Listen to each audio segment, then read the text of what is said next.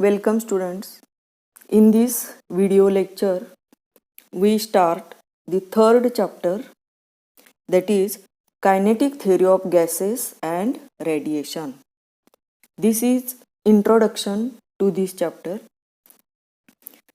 There is kinetic theory of matter to explain the properties of matter, and there is kinetic theory of gases to explain the properties of gases.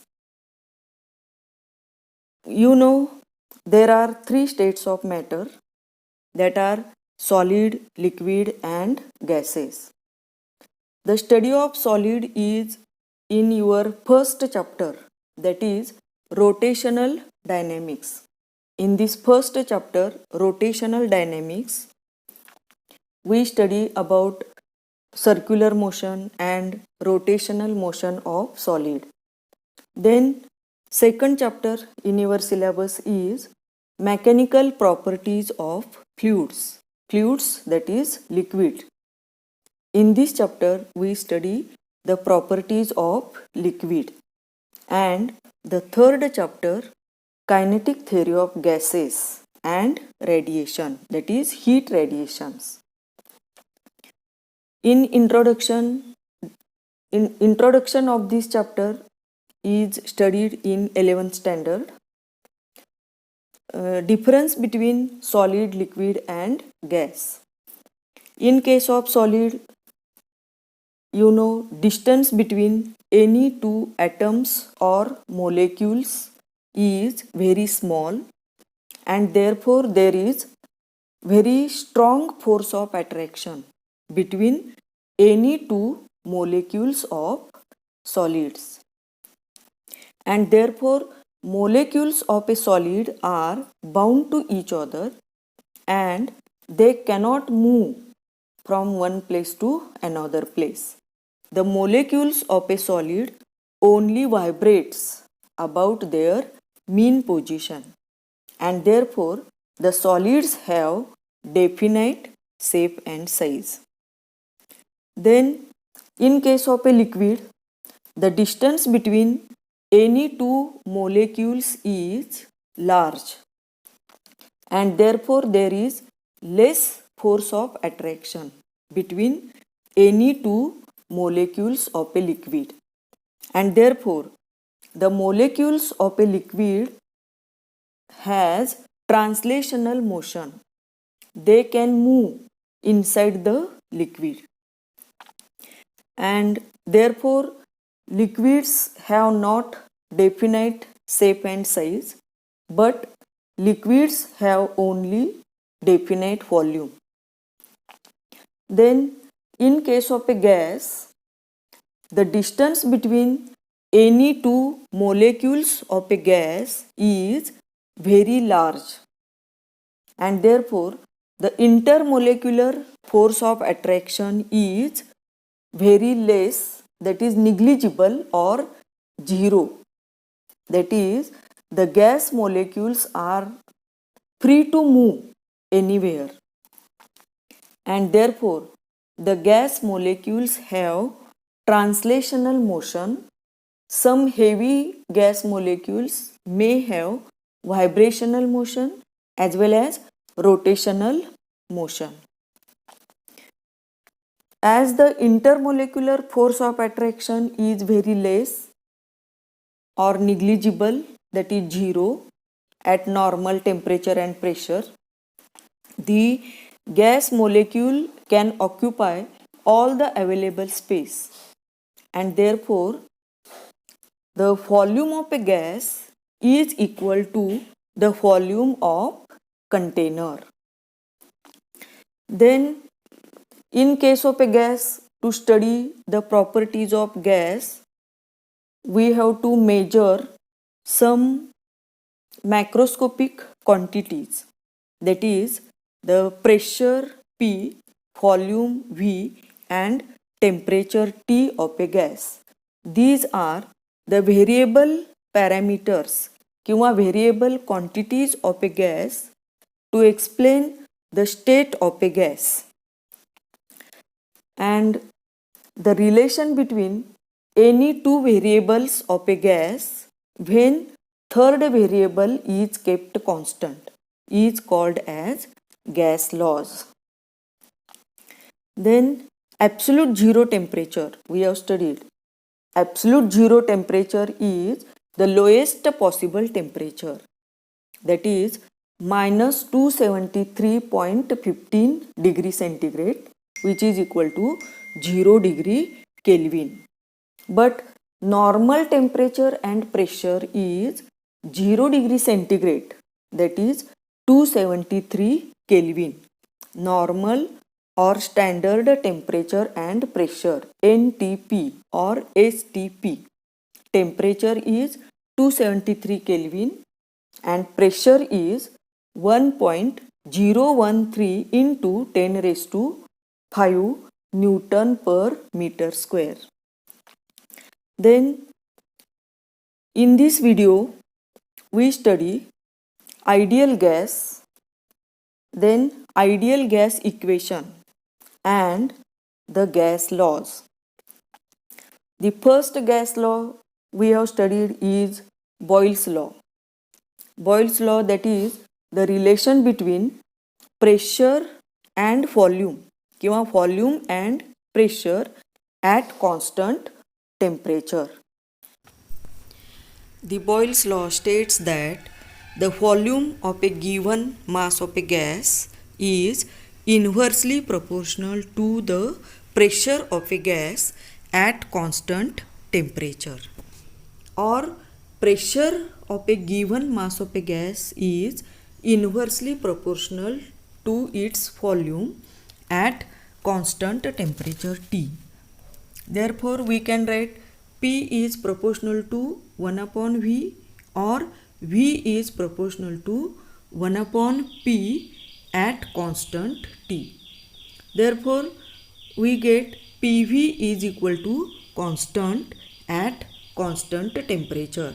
From Boyle's law, the product of pressure and volume remains constant if temperature is kept constant.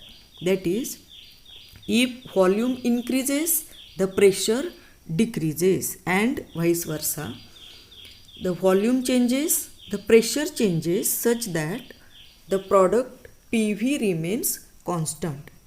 Therefore, as PV is equal to constant, if pressure, initial pressure are P1, volume is V1, then we can write P1 into V1 is equal to constant. And if both these values changes from P2 as a final pressure and V2 as a final volume, then also P2 into V2 is equal to constant at constant temperature, and we get P1 V1 is equal to P2 V2. This is useful to solve example. Then second gas law is Charles' law, the relation between volume and absolute temperature at constant pressure. This Charles' law states that the volume of a given mass of a gas is directly proportional to its absolute temperature at constant pressure. Therefore, V is directly proportional to T at constant P. If temperature increases, when gas is heated, its temperature increases, then gas expands, that is, its volume also increases. That is, the volume of a gas is directly proportional to the absolute temperature at constant pressure. V is proportional to T at constant P. Therefore, V upon T is equal to constant. If initial values of volume and temperature are V1 and T1, and these value changes to final values V2 and T2 are the final values of volume and then temperature. V1 upon T1 is equal to constant. Similarly, V2 upon T2 is equal to constant, and therefore we get V1 upon T1 is equal to V2 upon T2. Then third gas law is Gay-Lussac's law. Gay-Lussac's law, that is the relation between pressure and absolute temperature at constant volume. Gay-Lussac's law states that the pressure of a given mass of a gas is directly proportional to the absolute temperature of a gas at constant volume V. Therefore, mathematically we can write P is proportional to T, capital T, at constant V. And therefore P upon T is equal to constant. If temperature increases, the pressure of a gas also increases, and therefore ratio of P upon T is equal to constant at constant volume V. Therefore, if pressure changes, temperature changes at constant volume, and if P1 and T1 are initial values of pressure and temperature, then P1 upon T1 is equal to constant, and P2 and T2 are the final values of pressure and temperature of a gas, changed values at constant volume. Then P2 upon T2 is equal to constant, and therefore we get P1 upon T1 is equal to P2 upon T2. This formula is useful to solve example, and thus the three gas laws are P is proportional to 1 upon V, or V is proportional to 1 upon P at constant T. Then Charles' law, V is proportional to T at constant P. Then Gay-Lussac's law is P is proportional to capital T at constant V. Then combining these three gas laws, we get P is proportional to T upon V. That is, PV upon T is equal to constant, and this constant is denoted by letter capital R. This is the general gas laws. That is, P1 V1 upon T1 is equal to P2 V2 upon T2 is equal to constant. This is Avogadro's law. This law is also called as Avogadro's law. PV upon T is equal to constant is equal to R. This capital R is called as universal gas constant, and capital R is same for all gas at all temperatures and pressures. And from this equation, PV is equal to RT. This is the ideal gas equation for 1 mole of a gas. If there are n moles of a gas, then this ideal gas equation becomes PV is equal to nRT, because P and V are directly proportional to n also, number of moles of a gas. The value of R is 8.314 joule per mole Kelvin, and if n are the number of moles of a gas, we see the concept of 1 mole of a gas. A gas containing fixed number of molecules is called as 1 mole of a gas, and the number of molecules in 1 mole of a gas is called as Avogadro's number. and this number of molecules in 1 mole of a gas denoted by letter Na is equal to 6.023 into 10 raised to 23 molecules. This is Avogadro's number, and the mass of 1 mole of a gas is called as molecular mass. Molecular mass or molecular weight of that gas. And therefore, if capital M is total mass of a gas and MO is the molecular weight, that is mass of 1 mole, then capital M divided by MO, molecular weight, gives the number of moles, N. Similarly, if capital N are number of molecules of a given gas and Na are the number of molecules in 1 mole of a gas, that is Avogadro's number, then N upon Na is equal to N, small n, that is number of moles of a gas. From this ideal gas equation, PV is equal to nRT, we get R is equal to PV divided by NT.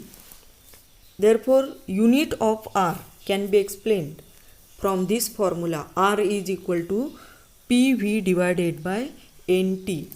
P, pressure, Newton per meter square, pressure, force per unit area, into volume, meter cube, divided by N म्हणजे mole आणि T is in Kelvin. Then numerator becomes Newton into meter divided by mole Kelvin. Newton into meter म्हणजे force into displacement, that is work done, that is joule. Therefore, unit of R becomes joule per mole into Kelvin. Then, in this ideal gas equation, temperature must be in unit Kelvin. Then, capital R is constant and Na is constant, and this ratio R upon Na is also constant, and this constant is denoted by letter K किंवा K suffix B, Kb.